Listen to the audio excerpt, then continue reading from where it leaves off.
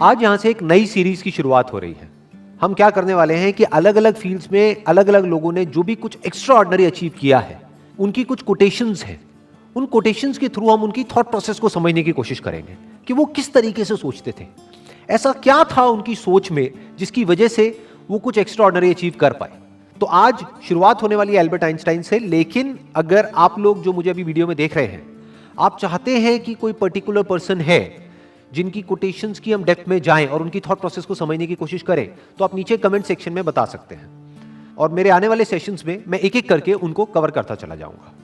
तो जो पहली कोटेशन है एल्बर्ट आइंस्टाइन की, वो है everybody is a genius, but if you जज a fish by its ability to climb a tree, it will live its whole life believing that it is stupid.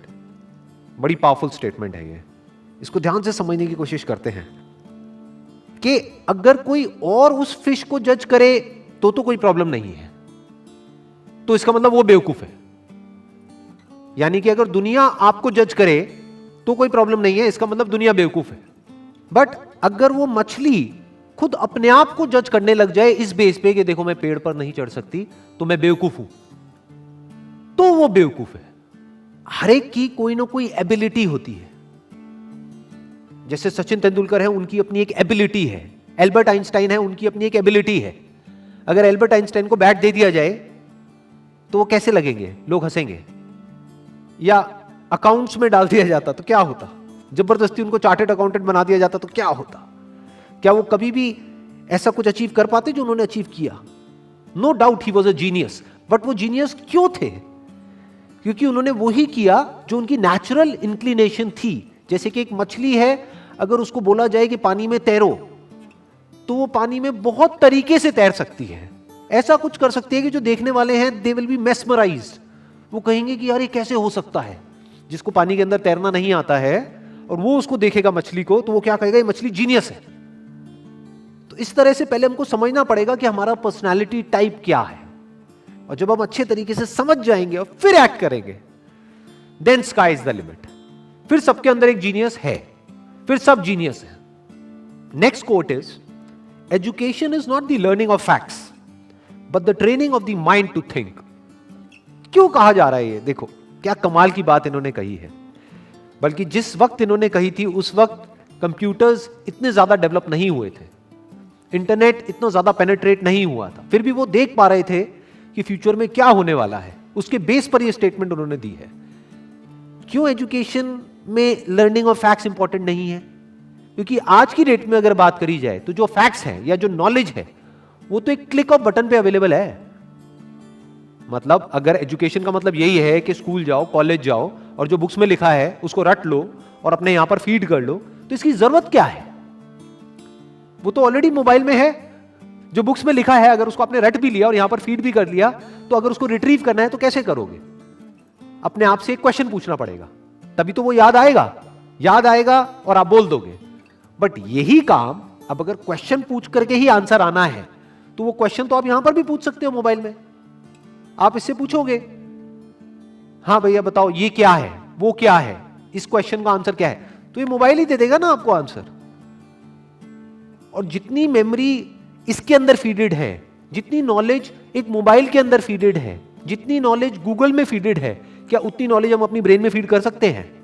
तो हमारी ब्रेन, अगर हम education को सिर्फ इतना ही समझते हैं कि एजुकेशन का मतलब कि फैक्ट्स को यहां पर फीड कर दिया जाए, तो हमारी ब्रेन इससे बहुत पीछे ही रहेगी, चाहे हम जितना मर्जी डेवलप कर लें। तो वो एजुकेशन किसी काम की नहीं है। तो व्हाट इज रियल एजुकेशन, ये समझना बहुत जरूरी है। क्योंकि अगर हम इसको नहीं समझते तो हम ऐसे लोग अपने एजुकेशन सिस्टम से निकालेंगे जिनके अंदर फीडेड तो बहुत कुछ होगा, बट उनको यही नहीं पता होगा कि सोचते कैसे हैं। यहां पर दो बातें करी जा रही है। एक है education is not the learning of facts. Number one, learning of facts important क्यों नहीं है? Education is not the learning of facts. Why learning of facts is not that important? Because all the facts, all the knowledge, all the information is already available on the internet. अगर उसको यहीं पे store करने का नाम education है, तो ये तो किसी काम की नहीं है। वो तो ऑलरेडी स्टोर्ड है आपके मोबाइल में। जब यहां पे स्टोर्ड है तो यहां पर क्यों स्टोर कर रहे हो दोबारा से? As simple as that, number one. Number two, but the training of the mind to think, कि बच्चों को यह सिखाया जाए कि सोचते कैसे हैं और सोचना क्यों जरूरी है, क्योंकि लाइफ में जो भी प्रॉब्लम्स है, जैसी भी प्रॉब्लम्स हैं, उसका सॉल्यूशन कैसे निकलता है? सोच करके निकलता है। मेमोरी से नहीं निकलता है, गूगल से नहीं निकलता है, फैक्ट से नहीं निकलता है, नॉलेज से नहीं निकलता है, उस नॉलेज को यूज कैसे करना है उससे निकलता है। अगर मेमोरी से या बुक्स से सॉल्यूशन निकलता तब तो कोई प्रॉब्लम ही नहीं थी। किसी को पैसा कमाना है, इतनी सारी बुक्स हैं, पढ़ लो, निकल गया सॉल्यूशन। उससे नहीं निकलता है।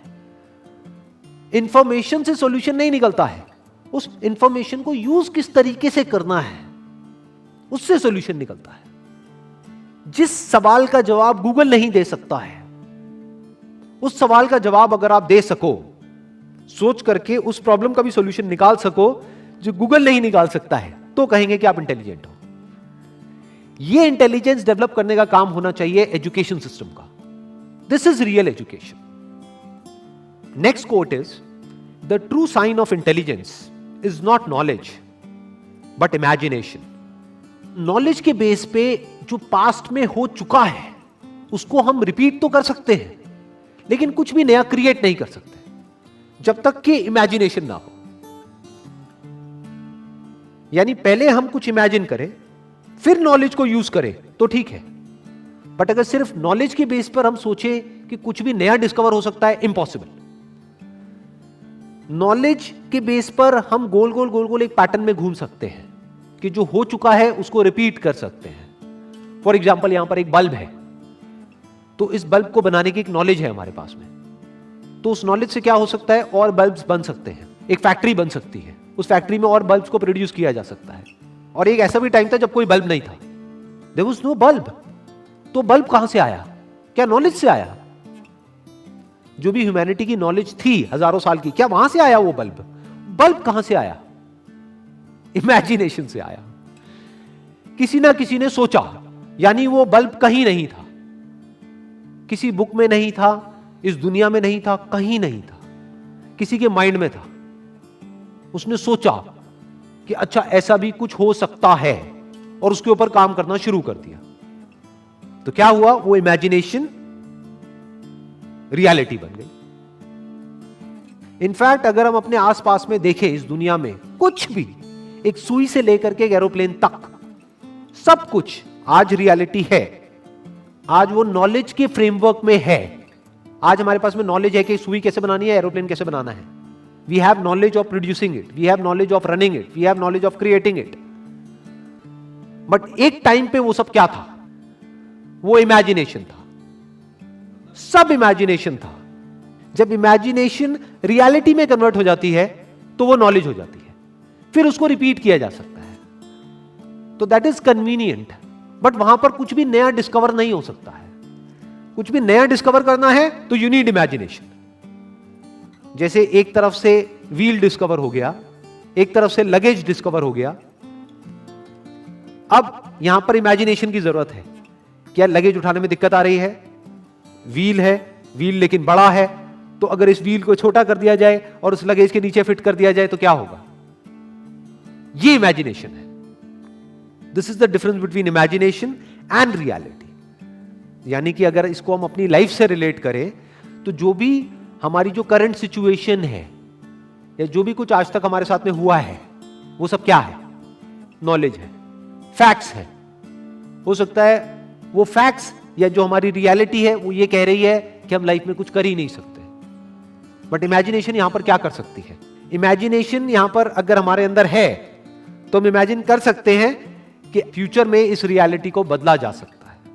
हम अपने लिए एक नया फ्यूचर इमेजिन कर सकते हैं based upon the resources that we have, based upon the knowledge that we have. उस नॉलेज को, उस इंफॉर्मेशन को, उन रिसोर्सेज को यूज करके हम अपनी इमेजिनेशन को सच कर सकते हैं। तो इसलिए कहा जा रहा है कि इमेजिनेशन इज रियल इंटेलिजेंस, क्योंकि नॉलेज को तो एक रोबोट भी रिपीट कर सकता है।